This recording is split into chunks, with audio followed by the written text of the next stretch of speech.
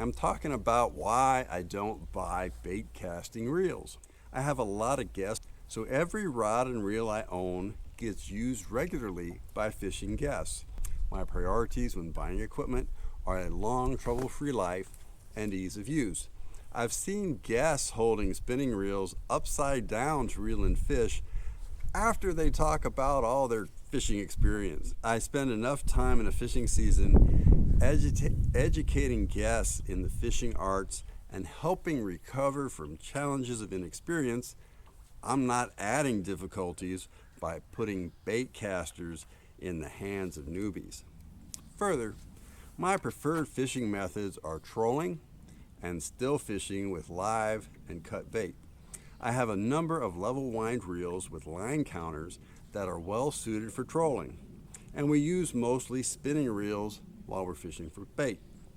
I moved away from methods requiring constant cast and retrieve since it's a poor choice for inexperienced anglers. It's not about being someone else, there's healing in being true. But there is room at the cross for you.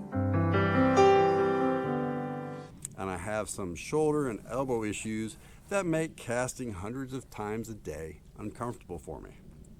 But even in my younger days, when I did constant cast and retrieve, I preferred spinning reels for ease of casting distance, especially with light lures.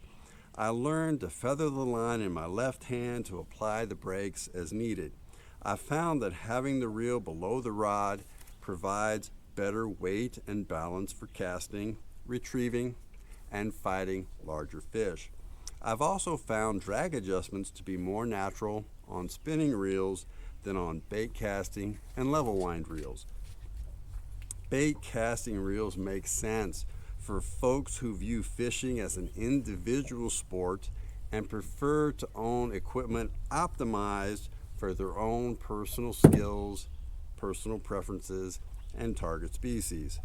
But I do lots of different kinds of fishing for lots of species in both fresh and salt water with both bait and lures.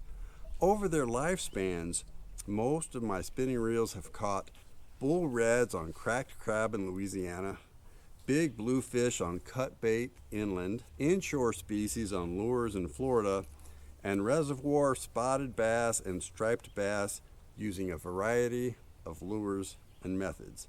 I need equipment that is truly multi-purpose and that works well in the hands of anyone who steps on my boat.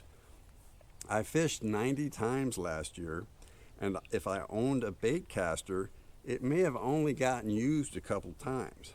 In contrast, all my spinning reels and all my level wind line counters have gotten used several dozen times each. Praise the Lord, keep fishing, and whether or not you use a bait caster or a spinning reel, keep praying for success and keep giving glory to Jesus when you get there. By the Spirit I will rise from the ashes of